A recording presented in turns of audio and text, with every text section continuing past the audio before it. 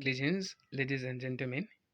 In this video, we are going to answer the first 10 questions.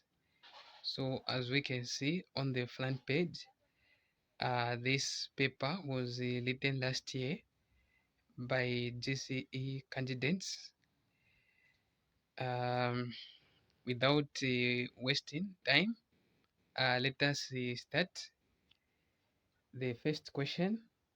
The question reads: which of the following lists contains only non-living things in an environment?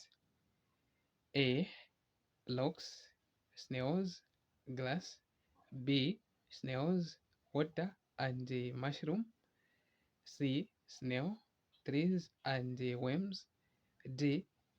Sunlight, water, and soil. Okay, so we are expected to identify the list that is only having non-living things. Okay, so before we identify the non-living things, first let us look at 7 characteristics of living things. So to remember 7 characteristics of living things, we'll be using this method. We'll be using Mrs. Glenn. Mrs. Glenn, the first letter stand for move or movement. The second letter stand for respire or respiration. Third letter stand for senses or sensitivity. The fourth letter stand for grow or growth. The the fifth letter stand for reproduce or reproduction. The sixth letter stand for excrete or excretion.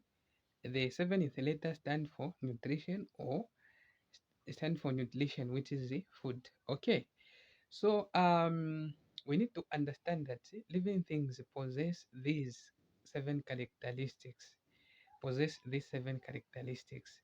So if we look at the first list, which is A, by the way, I'll be moving at a slow pace so that all of us can understand what we are talking about. So I'll be moving at a slow pace, but a reasonable one. Okay. So A, we have in the first list, which is here. So list A, we have logs, snails, and glass. So as we can see, A is having snails and glass. So snails and glass, these are living things. So we are going to eliminate. We are going to eliminate A. We eliminate A. Let us shift to B. B, snails, water, mushroom. Okay. So we know that snails and mushroom, these are living things. Water is a non-living thing. So we are also going to cancel out.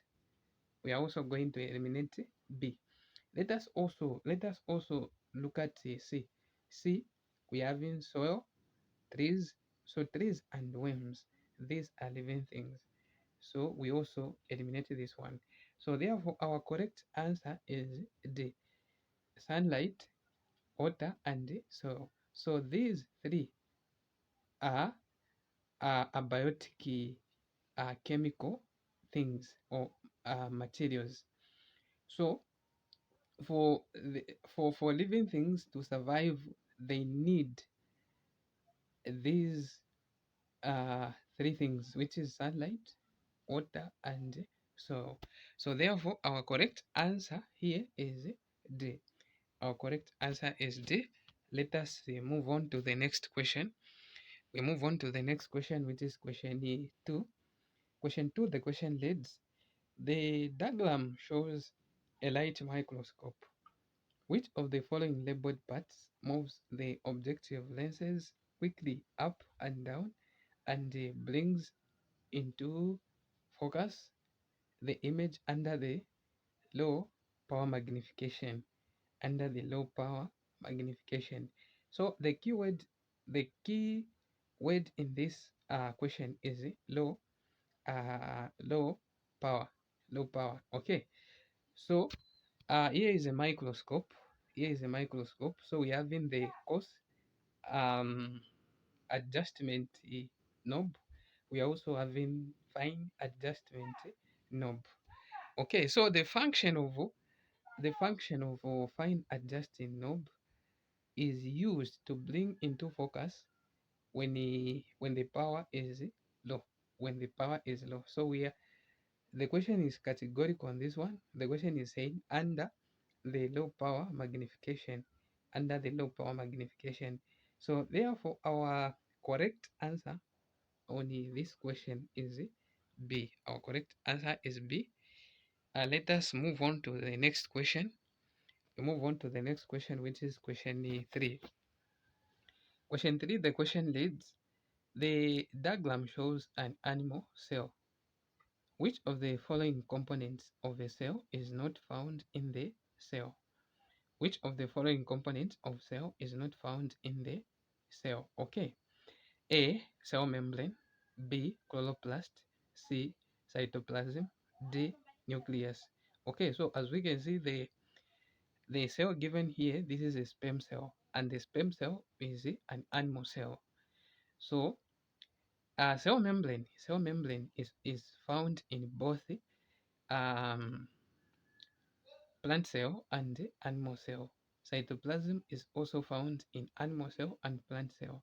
Nucleus also is found in plant cell and animal cell. Chloroplast.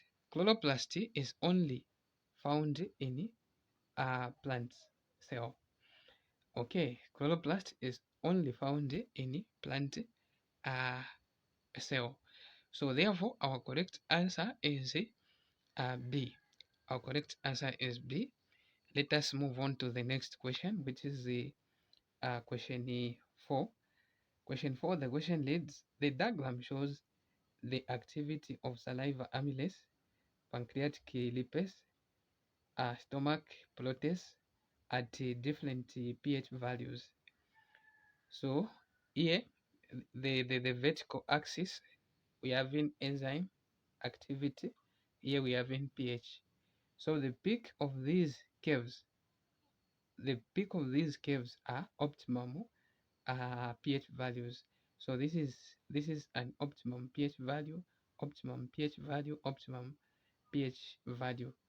Okay, we are even told in the question. So here the question continues. From the graph, what is the optimum pH value for the enzyme protease? So the enzyme protease, we are simply looking at uh, stomach protease. So stomach protease, we are simply talking about the the enzymes found in the stomach. Found in the stomach. So here we are just going to make use of the graph given. So as we can see, the optimum pH is here, and the corresponding pH value to this optimum pH is 2. So therefore, our answer is A. Our correct answer is A. Let us now shift to the next question. We shift to the next question, which is question 2. Question 2, the question reads, the table shows food tests carried out to investigate the presence of reducing sugars in an apple fruit. Okay, so the left part of the table, we are given the method, here result or observation. So A, Benedict's solution test. So our correct answer is A. So the test we use to identify the presence of uh, reducing sugars is Benedict's solution test. Burette reagent test, we use Burette reagent test to identify the presence of proteins. Then we use emulsification test to identify the presence of lipids or fats. We use iodine solution to identify the presence of starch. Okay, so here observation, they are saying solution tends from blue color to orange. So here we have in the picture trying to illustrate what we are talking about. Okay, so here we have in Benedict's test. So the final color, The final color, as we can see, we have in orange here. So therefore our correct answer is the A. Let us move on to the next question, which is question 6. Question 6, the question reads, which of the following is a disorder resulting from lack of proteins in a diet of a child? A. Anemia. B. Kwashiorkor. C. Obesity. D. Rickets. Okay, so lack of proteins will lead to Kwashiorkor. Lack of proteins will lead to Kwashiorkor. Lack of ions will lead to anemia. Lack of proteins will lead to anemia. Lack of lack of vitamin D, lack of vitamin D or calcium will lead to rickets. So we know that calcium and the vitamin D, these are responsible for strengthening the bones. Obesity will come as a result of irregular, when someone is having uh, irregular eating pattern or irregular physical activity, or when someone changes the sleeping routine. Uh, in, in a simple language, we can say, or let me say, normally, obesity comes as a result of eating too much. Okay, so our correct answer without going astray is B, which is Kwashiorkor. So Kwashiorkor is coming as a result of lack of enough proteins in the body. So our correct answer is B. Okay, we shift to the next question, which is question 7. Question 7, the question reads, a pregnant woman was advised at the hospital to eat food containing adequate amount of iron. What is the importance of iron in the diet of a pregnant woman? So we are from talking about iron, or we are from talking about deficiency that will lead to anemia. Okay, so lack of ions in the body will lead to anemia. So ions are responsible, or ions helps in the formation of hemoglobin. So ions spearhead the formation of hemoglobin. So therefore, our correct answer is A. Our correct answer is A. We shift to the next question, which is question 8. Question 8, the question reads, what are the functions of magnesium and nitrogen ions in plants? So we have in magnesium ions, nitrogen ions. So A, formation of amino acids, magnesium formation of amino acids, nitrogen formation of chlorophyll. B, magnesium formation of chlorophyll, nitrogen formation of amino acids. C, magnesium ions formation of ATP, nitrogen formation of chlorophyll. D, magnesium formation of nitrates, nitrogen ions formation of ATP. So our correct answer is calcium ions are used to form chlorophyll.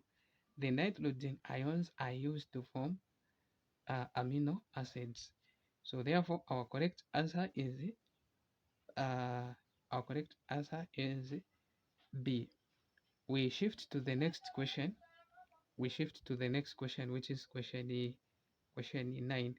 Question 9, the question reads, the following is the dental formula of a dog. How many premolars are there in the mouth of this dog? So PM is representing premolars. So this formula is having the upper jaw and the lower jaw. So as we can see, the upper jaw we have in 4, lower jaw we have in 4. So 4 plus 4 is equal to 8. And we also need to understand that a mouth is made up of two sides. So we are going to say 8 times 2. 8 times 2 is equal to 16. 8 times 2 is equal to 16. So therefore, our correct answer here is D. Our correct answer is D. We move on to the next question. Move on to the next question, which is the last question in this video. Question 10. Question 10, the question reads, the diagram illustrates the movement of a bolus, bolus of food through the esophagus.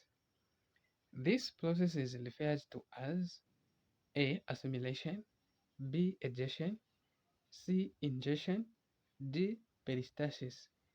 So this process is called peristalsis. So what is happening to the circular muscle and to the longitudinal muscle? So as the the food substance is moving downward,